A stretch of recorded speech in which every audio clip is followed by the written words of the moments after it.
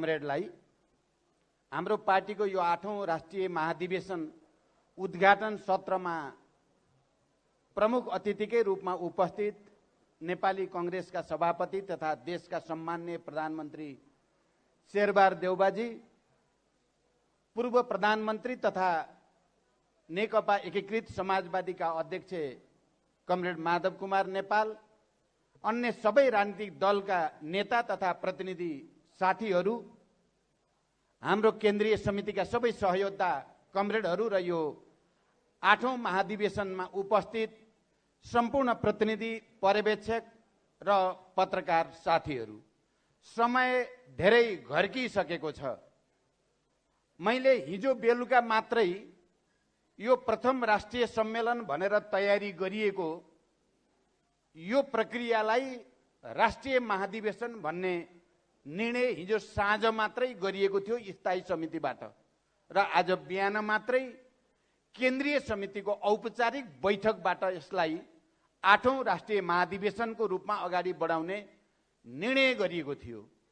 हामीले महाधिवेशन गर्ने निर्णय त गर्यौं, यो बारे मैले अहिले व्याख्या गर्नु परेन, तर महाधिवेशन हुनको लागि कम्तीमा पनि देशका सबै प्रमुख राजनीतिक दलका नेताहरूको उपस्थिति र उहाँहरूको कम्तीमा शुभकामना आवश्यक हुन्छ।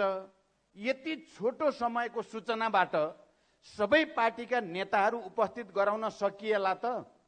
कम्तीमा पनि राष्ट्रिय महाधिवेशन भनिसकेपछि देशका सबै पार्टीहरूले एकै ठाउँमा जम्मा हुने, शुभकामना दिने र आफ्ना मन्तव्य मार्फत आफ्ना विचार र भावना पनि व्यक्त गर्ने त्यो थलोको रूपमा उद्घाटन सत्र हुने गरेको छ।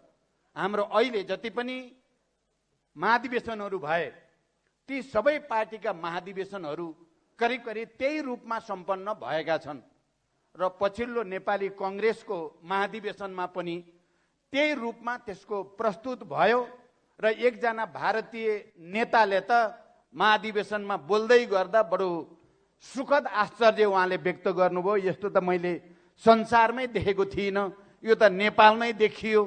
सबै पार्टीहरू, के सत्ता पक्ष के प्रमुख प्रतिपक्ष, सबै पार्टीहरू के यो विचारको के त्यो विचारको के यो दर्शनको सबै एकै ठाउँमा छन्। एउटा आश्चर्य। दोस्रो आश्चर्य, यति धेरै प्रधानमन्त्री भन्नुभएको थियो उहाँले, त्यति बेला हामी प्रधानमन्त्रीको पनि त्यहाँ ठुलै लाइन थियो, यति प्रधानमन्त्री एउटै मञ्चमा भन्ने थियो।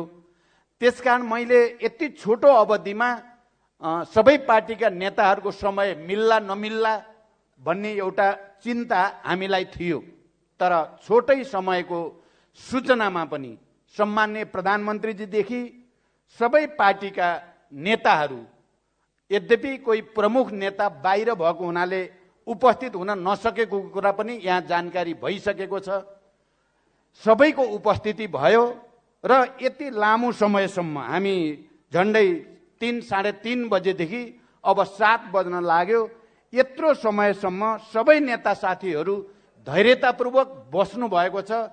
म उहाँहरू सबैलाई केन्द्रीय समितिको तर्फबाट, हाम्रो पार्टीको तर्फबाट, यो महाधिवेशनको उद्घाटन सत्रको तर्फबाट पनि हार्दिक धन्यवाद भन्न चाहन्छु र तपाईहरुले दिएको ऊर्जालाई, हाम्रो पार्टीले तपाईहरुले दिएका अभिव्यक्तिलाई हाम्रो पार्टी र यो महाधिवेशनले गम्भीरतापूर्वक लिनेछ भन्ने विश्वास पनि म तपाईहरुलाई दिलाउन चाहन्छु। दोस्रो कुरा मेरो कहाँ ध्यान आकर्षित भएको छ भने, हुन त माओवादी पार्टीको महाधिवेशन भएर हो कि आज जति पनि नेताहरूले बोल्नु भयो बडो जीवन्त रूपले बोल्नु भयो भन्ने मलाई महसुस भयो। आजको बोलीमा कृत्रिमता मैले कहीँ महसुस गरिन। भित्र मनकै कुरा, आफ्नो पार्टीकै कुरा, आफ्ना भावनाका कुराहरूलाई बडो चाहिँ इमानदारीता साथ नै यहाँ प्रस्तुत भएको महसुस गरेँ र मैले ती सबै प्रस्तुतिहरूलाई एउटा ठूलो डिबेट भयो यो महाधिवेशनमा भन्ने ठाने।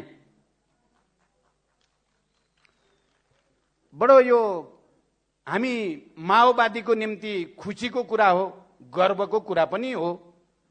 यति छोटो समयको सूचनामा आएर सबै नेता कमरेडहरूले र मित्रहरूले आफ्ना कुराहरूलाई छोटोमा तर गम्भीरताको साथ देशको आन्दोलनको, लोकतन्त्रको, जनताको समृद्धिको आकांक्षालाई हामीले कसरी पूरा गर्न सकिएला भन्ने विषयमा केन्द्रित भएर विचारहरू यहाँ प्रस्तुत भए।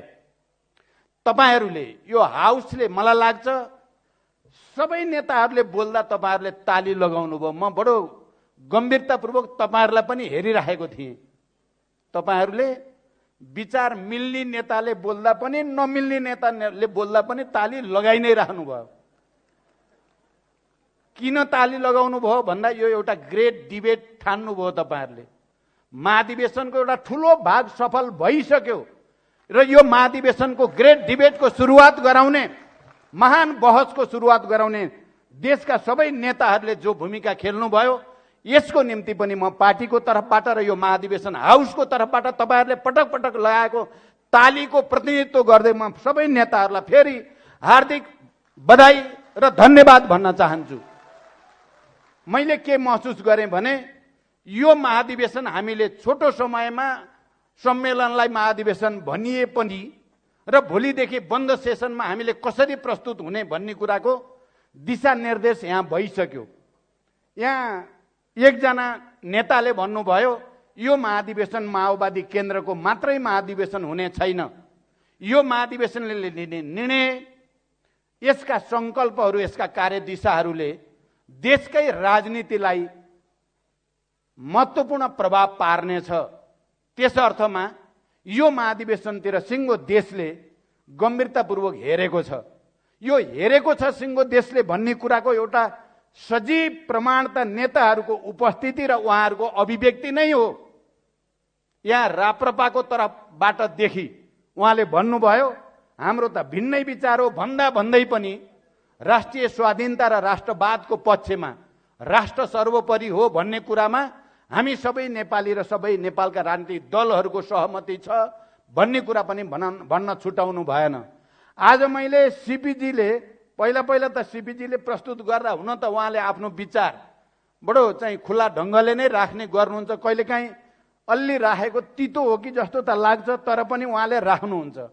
आज चाहिँ मलाई उहाँले राखेको पनि तितो लागेन। उहाँले पनि बडो गम्भीर ढङ्गले माओवादी अगाडि के चुनौती छन्, यसको सामना गर्न सक्छ कि सक्दैन माओवादी केन्द्रले, या देशको अगाडिका समस्याहरूको समाधान हुन्छ कि हुँदैन भनेर राख्नुभयो। मलाई बडो चाहिँ गम्भीर लाग्यो र मैले उहाँले बोलिसकेपछि भने तपाईँले बोलेर नोट गर्नु भएर त त्यो नोट दिनुहुन्छ मलाई भने मैले उहाँले भन्नुभयो म त्यसलाई साफी गरेर दिन्छु भन्नुभएको छ। म उहाँलाई पनि विशेष धन्यवाद भन्न चाहन्छु। अनि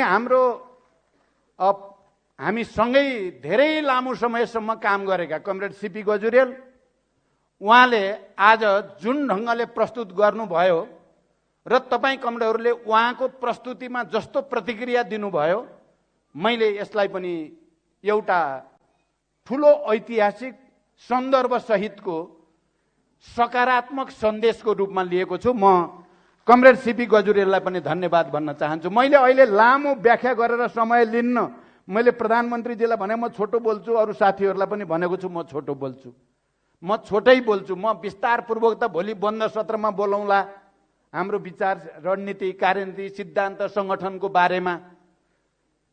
तर आज हामीले यो महाधिवेशनबाट गर्न चाहेको कुरा हामीले एउटा चाहिँ आत्मसमीक्षा नै हो, आत्मआलोचना नै हो। हामी शान्ति प्रक्रियामा आएपछि कहाँ कहाँ चुक्यौँ, विचारको क्षेत्रमा, सङ्गठनको क्षेत्रमा, संरचनाको क्षेत्रमा, रणनीतिक कार्यनीतिमा कहाँ चुक्यौँ।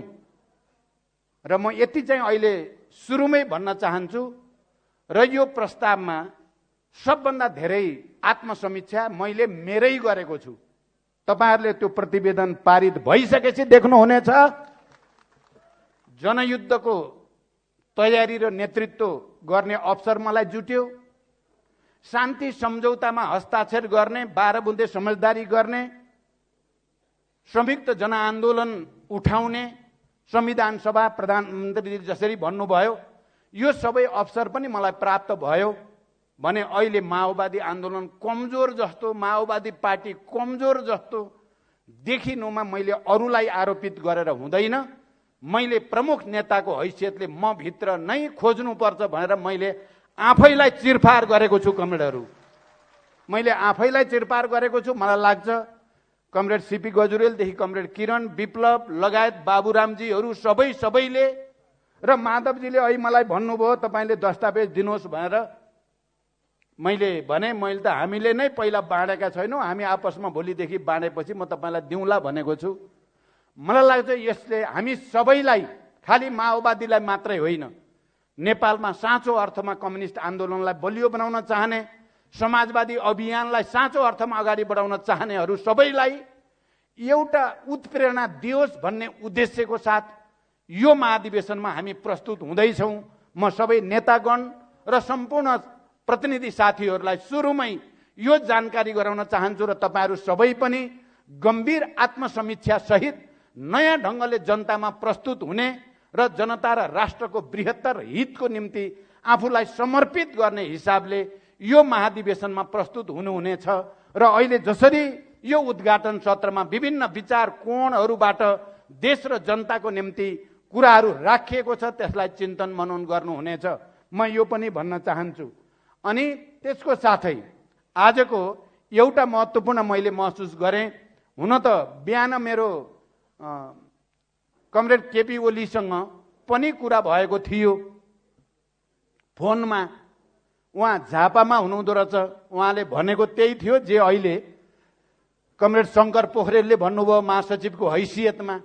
म त्यहाँ काठमाडौँमा भए म आइहाल्थेँ, पूर्व निर्धारित कार्यक्रम छ। तपाईँहरूले सम्मेलनमा कोही अरू नेता नबोलाउने भएको हुनाले मैले यता कार्यक्रम बनाएँ भन्नुभयो। सक्नुहुन्छ भने आउनुहोस्, 12-1 बजे 2 बजेसम्म आए पनि हुन्छ भनेको थिएँ मैले। तर उहाँले भन्नुभयो म महासचिव पठाउँछु भन्नुभयो। साँच्चै महासचिव आउनुभयो।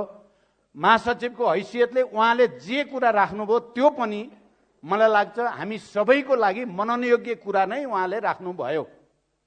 र सबभन्दा मलाई मन परेको कुरो भित्र के हो भने हामीले पार्टी एकता गरेर गल्ती गरेका थिएनौँ। म कमरेड शङ्कर पोखरेल र उहाँ मार्फत सिङ्गो नेकपा एमालेका साथीहरूलाई भन्न चाहन्छु, हामीले गल्ती गरेका थिएनौँ। फेरि एकचोटि आत्मसमीक्षा गरौँ, कहाँ थियो त गल्ती? के कारणले हामी दुई ठाउँमा हुन पुग्यौँ? के कारणले त्यत्रो सपना हामीले आफैले भत्कायौँ? त्यसको समीक्षा गरौँ। हामीले गल्ती गरेका थिएनौँ, हाम्रो उद्देश्य गलत थिएन। हामीले यो देशलाई स्थायित्व र समाजवादतिर लैजाने सपना पुरा गर्ने उद्देश्य राखेका थियौँ।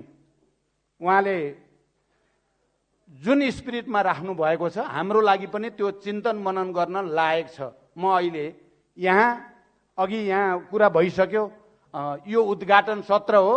यहाँ वाद विवाद र बहस भन्दा पनि आफ्ना विचार सकारात्मक ढङ्गले प्रस्तुत गर्ने र यो अधिवेशनलाई एउटा पार्टीको मात्रै राष्ट्रिय अधिवेशन होइन, यो देशकै राष्ट्रिय अधिवेशन बन्न सकोस् भन्ने जो शुभकामना आएको छ, म सबैलाई धन्यवाद भन्न चाहन्छु। साँच्चै हामी यो माओवादीको मात्रै होइन, यो देशलाई नै एउटा नयाँ दिशा, एउटा नयाँ उत्साह, एउटा नयाँ प्रतिबद्धता, कमिटमेन्ट दिने अधिवेशन बन्न सकोस् भनेर हामी चाहेका छौँ। यसमा तपाईँहरू सबैले राख्नुभएका कुराहरू हाम्रो लागि प्रेरणा बनेका छन्। मैले त्यसलाई त्यही रूपमा ग्रहण गरेको छु र मलाई लाग्छ यो हाउसले पनि त्यसरी नै ग्रहण गरेको छ। अनि हाम्रो कमरेड भनौँ, हिजोको हामी कमरेड, अब आज त उहाँ जसपाको अध्यक्ष हुनुहुन्छ उपेन्द्र यादव, उहाँले यहाँ राखि नै हाल्नुभयो। हामी हिजो एउटै उद्देश्यका निम्ति एकै ढङ्गले युद्धमा लागेका मानिसहरू हौँ। अहिले देशमा जस्ता जटिलताहरू छन्, चुनौतीहरू छन्, त्यसको सामना गर्न पनि हामी मिलेर जान्छौँ। चाहे मधेस होस्, मधेसी जनताका मुद्दाहरू मलाई सम्झना छ। मधेसी जनता र उनीहरूको अधिकारको निम्ति हामीले र मैले अझ पार्टीको नेताको हैसियतले मात्रै होइन, देशको प्रधानमन्त्रीको हैसियतले पनि दोस्रो पटक हुँदा शेरबहादुरजीले मलाई त्यो अवसर दिनुभएको थियो। त्यति बेला मैले संविधान संशोधन गरेर भए पनि मधेसी जनताको, आदिवासी जनजातिको, दलित महिलाहरूको, मुस्लिमको सबैको पनि केही हक अधिकार थप्नुपर्छ भनेर संशोधन प्रस्ताव 2 पटक मैले सदनमा दर्ता गराएको थिएँ। त्यो कुरा पनि म आज स्मरण गर्न चाहन्छु र आउने दिनमा पनि हामी मधेसका या सबै उत्पीडित वर्ग समुदायका संघीय लोकतान्त्रिक गणतन्त्रको मर्म र भावना अनुसार तिनलाई सम्बोधन गर्ने, तिनलाई अगाडि बढाउने हामीले प्रयास यस अधिवेशनबाट अगाडि बढाउनेछौँ। मलाई विश्वास छ त्यसले जनतासँग हाम्रो सम्बन्ध अलिकति लुज भएको, खुकुलो भएको सम्बन्धलाई आजको उद्घाटन समारोहका अभिव्यक्तिहरूले र हामीले यो महाधिवेशनमा गर्ने छलफल, बहस र निष्कर्षहरूले फेरि जीवन्त रूपमा अगाडि ल्याउनेछ भनेर विश्वास पनि म व्यक्त गर्न चाहन्छु। र म कमरेड उपेन्द्र यादव, फेरि कमरेड भन्न आयो, त्यो पुरानो बिर्सिएकै छैन, त्यो बिर्सिनै सकिँदैन। अनि त्यसपछि कमरेड माधव कुमार नेपालले जे अभिव्यक्ति दिँदै आउनु भएको छ र आज पनि जे दिनुभएको छ, म उहाँलाई पनि विशेष रूपले धन्यवाद भन्न चाहन्छु। हामीले पछिल्लो चरणमा पार्टीमा विचारको निम्ति, सुशासनको निम्ति, जनताको समृद्धिको आकांक्षा पूरा गर्नको निम्ति, दिन दुखी गरिबहरूलाई कसरी राहत दिन सकिएला भन्ने विषयमा हामीले बडो नजिक भएर काम गर्यौं। हामी सफलै थियौं भन्ने लाग्छ मलाई। हामी देशव्यापी अभियानमा पनि हिँड्यौं र मलाई विश्वास छ आउने दिनमा हामी यो गठबन्धन मात्रै होइन, त्योभन्दा अगाडि बढेर कमरेड शङ्कर पोखरेलले पनि जे राख्नु भएको छ उहाँहरूले एमाले भित्र पनि समीक्षा गर्नुहुनेछ, त्यही लाइनमा र एउटा नयाँ वातावरण बन्नेछ भनेर विश्वाससहित म कमरेड माधव कुमार नेपाललाई पनि हार्दिक धन्यवाद भन्न चाहन्छु। र अन्तिममा वक्ताको, अब हाम्रो पार्टीकै साथीहरूले बोलेको कुरामा त कमरेड नारायण काजी श्रेष्ठ, कमरेड मातृका यादवले त हाम्रो पार्टीकै लाइन बोल्नुभयो, त्यसको बारेमा मैले धन्यवाद भनिराख्न पनि परेन। उहाँहरूले बोल्नु पर्थ्यो त्यही बोल्नुभयो।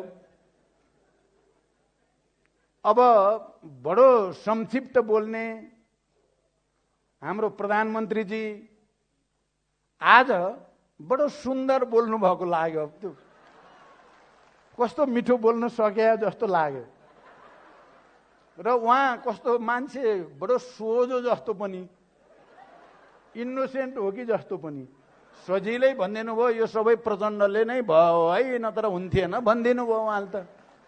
तर ठुलो स्टेटमेन्ट भन्नुभयो। म प्रधानमन्त्रीजीप्रति हार्दिक आभार व्यक्त गर्न चाहन्छु। तपाईले इतिहासका खास खास मोडमा ठुल्ठुला स्टेटमेन्ट दिनुभएको छ। हामी शान्ति प्रक्रियामा आउने तयारी गर्दै थियौं, उहाँले भनिदिनु भयो प्रचण्ड एउटा बहादुर नेता हो नेपालको, म युद्ध गरिरहेको छु, उहाँ प्रधानमन्त्री हुनुहुन्छ, प्रधानमन्त्रीले विद्रोहीलाई बहादुर नेता भनेर भनिदिनु भयो। बडो सहज ढङ्गले भन्नुभयो, तर त्यसको जबरजस्त प्रभाव देशमा पर्यो। हेर्दाखेरि सानो हो स्टेटमेन्ट, तर त्यसको असर एउटा प्रधानमन्त्री जस्तो हैसियतको व्यक्तित्वले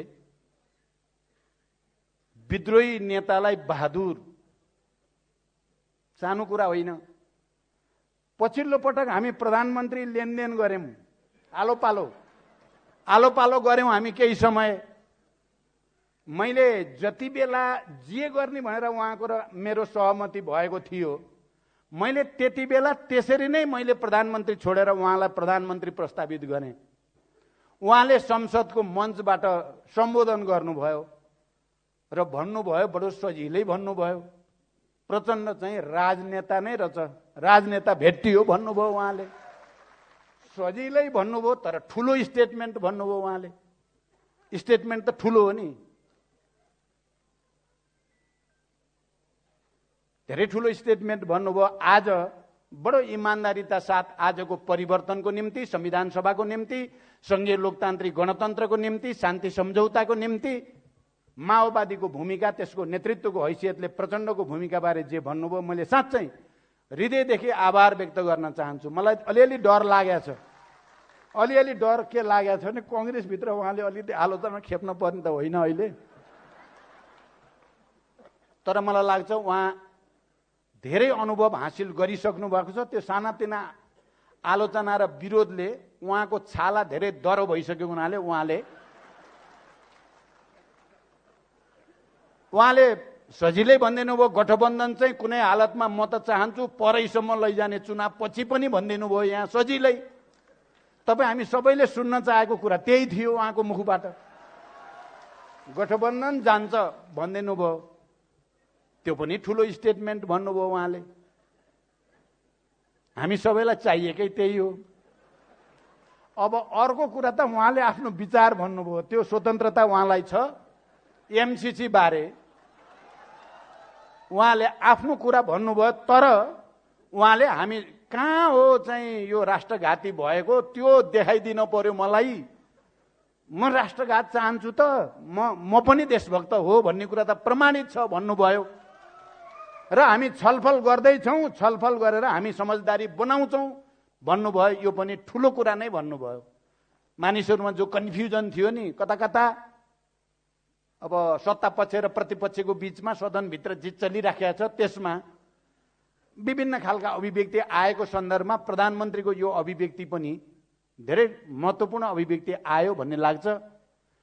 र म अन्तिममा अलिकति मात्रै यो महाधिवेशनमा के हुँदैछ भन्ने कुराको चित्र, हुन त कमरेड जनार्दनले अलि पुरै पिक्चरै भनोस् जस्तो गर्नुभयो। अब अहिले पिक्चर भनेर हामी सबै भोक पनि लागिसक्यो, थकाइ पनि लागिसक्यो, यत्र नेताहरूलाई शास्ति नै भइसके जस्तो लाग्छ, मलाई पो डर लाग्छ। अब दिनु छैन। हामीले अहिले के गर्न खोज्दैछौँ भन्ने कुराको टु द पोइन्ट भन्ने हो भने, एउटा हामी अन्तर्राष्ट्रिय परिस्थितिको अलिक गम्भीर ढङ्गले अध्ययन र समीक्षा गर्दैछौँ। समाजवाद र पुँजीवादका बीचको यति बेलाको विश्व प्रवृत्तिहरूमा अर्थतन्त्रको कहाँ पुगेको छ, उत्पादक शक्तिको विकास भन्ने बारेमा, मानिसहरूको बीचको उत्पादन सम्बन्धको स्थिति के छ भन्ने बारेमा अलि मेहनत गरिएको छ र त्यसलाई नयाँ सिराबाट निष्कर्ष दिने कोसिस गरिएको छ। एक। दुई, नेपालको ऐतिहासिक पृष्ठभूमि सहित हामी कहाँ आइपुगेका छौँ, नेपाल हाम्रो अगाडि के चुनौती छन् र त्यसको सामना कसरी गर्ने भन्ने कुरालाई अलि सविस्तार व्याख्या विश्लेषण गर्दै एउटा निष्कर्ष दिन खोजिएको छ। दुई। तीन, अहिले विज्ञान प्रविधिको साह्रै धेरै विकास भएको छ। खास गरी 1980 देखि यतापट्टि सूचना प्रविधिमा भएको क्रान्ति र यो ग्लोबलाइजेसन भन्ने कुरा र डिजिटलाइजेसन, डिजिटलको युगसम्म आउँदा विज्ञानले साँच्चै एउटा चमत्कारिक विकास गरेको छ।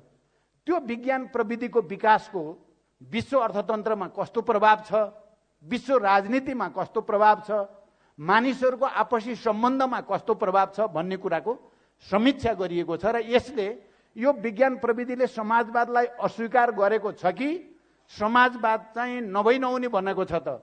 यो विज्ञान प्रविधिको विकास र अहिले भूमण्डलीकृत पुँजीवाद भनौँ, जो वित्तीय पुँजीवादको वर्चस्व भएकोहरूको सम्बन्धले धनी र गरिबको खाडल बढेको छ कि घटेको छ भन्ने आकलन हेरिएको छ र धनी र गरिबको खाडल त झन् बढेको छ। सीमित विकसित देशहरूमा केन्द्रित भएको साधन स्रोत र पुँजी चाहिँ र थर्ड वर्ल्ड कन्ट्री भनौँ या अल्प विकसित र विकासशील देशमा जो स्थिति छ त्यो दरार निकै भयानक दरार भएको छ। त्यसकारण समाजवाद झन् बढी आवश्यक भएको छ भन्ने निष्कर्ष दिन खोजिएको छ। तेस्रो कुरा।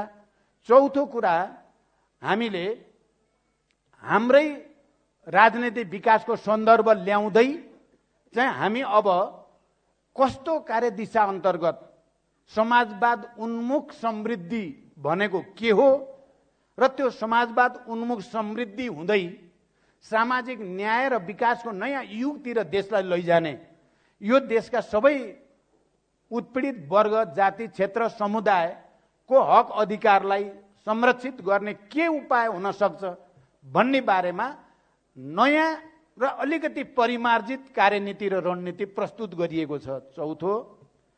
अर्को चाहिँ अहिलेको दुनियाँमा चाहिँ केही गम्भीर र संवेदनशील विषयहरू अहिले विश्वव्यापी रूपमा उठेका छन्।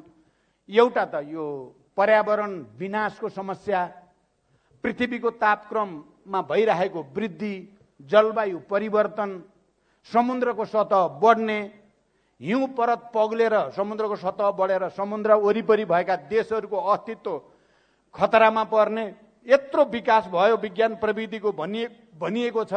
अब समुद्रभित्रका थुप्रै नस्लका जलचरहरू लोप हुन थाले अनि जमिनमा रहेका पनि थुप्रै स्थानीय नस्लका जीवजन्तुहरू नष्ट हुन थाले। मानिसहरूलाई विभिन्न खालका रोग व्याधिहरू यति व्यापक रूपमा सताउन थाल्यो र विश्वव्यापी आक्रमण पनि बढेको छ। अहिले डायबिटिज, बीपी, क्यान्सर, मुटु, फोक्सो, किडनीका समस्या त आम भएर गए। यति धेरै विकास हुनुमा हाम्रो खाद्यान्न, हाम्रो खाद्य संस्कृति, हाम्रो लवाई खवाई, हाम्रो अहिले विकास भएको सबै जुन आयात निर्यातको स्थिति छ यसको के असर छ त? र यो पर्यावरण विनाशलाई रोक्नको लागि समाजवादीहरूले के भूमिका खेल्न सक्छन् भन्ने कुरालाई विशेष रूपले मेहनत गरेर त्यहाँ एउटा विश्वव्यापी अभियान कसरी छेड्न सकिन्छ त? हामी नेपाल हिमालयको काखमा छौँ, हिउँ पग्लिँदैछ, यसले जलवायु परिवर्तन भयानक रूपले हामी सबैले भोगिसक्यौँ। नआउन पर्ने बेलामा भयानक बाढी आउँछ, नजानु पर्ने भूस्खलन, भयानक ढङ्गले भूकम्प जान्छ, भूस्खलन हुन्छ। यो सबै प्रक्रियामा यो पुँजीवादी उत्पादन प्रणालीको भूमिका के कति छ त? यो कसले गर्दा भयो? गरिब देशहरूले गर्दा भयो? अल्पविकसित र विकासशील देशका जनताले गर्दा भयो भन्दा बिल्कुल होइन। यो विकसित र पुँजीवादी देशहरूकै कारणले भयो। त्यसकारण विश्वव्यापी अभियान चलाउनु पर्छ भनियो। अब समाजवादको भविष्य छैन।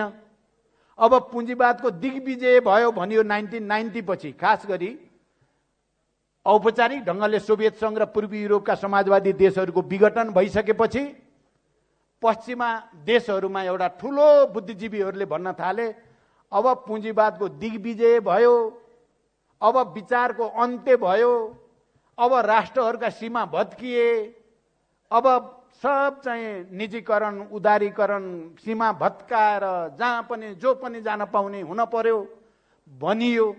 र हामी गरिब देशका सरकारलाई, पार्टीहरूलाई भनियो कि तिमीहरू खुला गर तिमीहरूको बजार हाम्रो मालको निम्ति, यही हो उदारवादी अर्थतन्त्र, यसैमा तिमीहरूको हित छ भनियो संसारभरिका अल्पविकसित र विकासशील देशहरूलाई।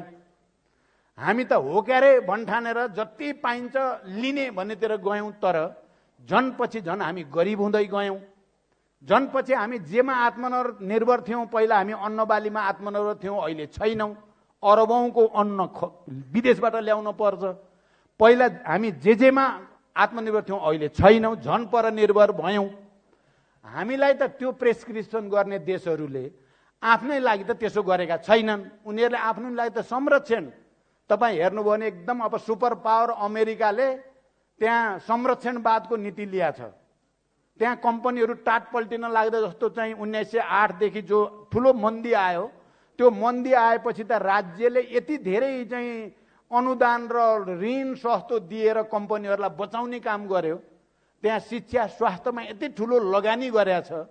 त्यहाँ चाहिँ राज्यले सबै त्यस्ता आधारभूत जनताको कुराहरूको लागि संरक्षणवादको नीति लिने, हामीलाई चाहिँ खुला छोडिदेऊ भनेर हामीलाई चाहिँ कङ्गाल बनाउने किन काम भयो भन्ने जस्ता विषयहरू सहित अन्तिममा हामीले के भन्न खोजेका छौँ भने हामीले यो संविधानमा जे परिकल्पना गरेका छौँ त्यसलाई कार्यान्वयन गर्नको निम्ति पहिला त हामी आफै बदलिनुपर्छ। पहिला त हाम्रो पार्टी नै पहिला बदलिनुपर्छ।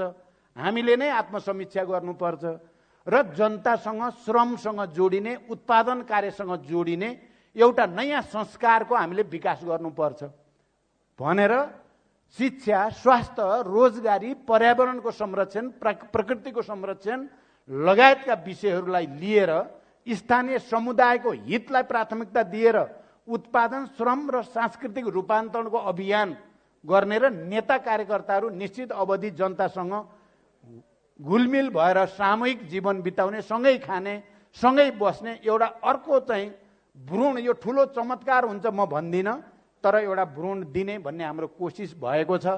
मलाई लाग्छ हामीले भोलि पर्सि हामीले पार्टीमा बहस गरिसकेपछि यो महाधिवेशनबाट निष्कर्ष दिएपछि हाम्रो कोसिस छ यो एउटा सिँगै राष्ट्रको निम्ति पनि सबैको निम्ति पनि एउटा उत्प्रेरणा, एउटा रिफरेन्स, एउटा राम्रो रिफरेन्स बनोस् र देशलाई नै एकताबद्ध गर्न सकियोस्, जनतामा एउटा नयाँ विश्वास पैदा गर्न सकियोस् भन्ने ढङ्गले सोचिएको छ।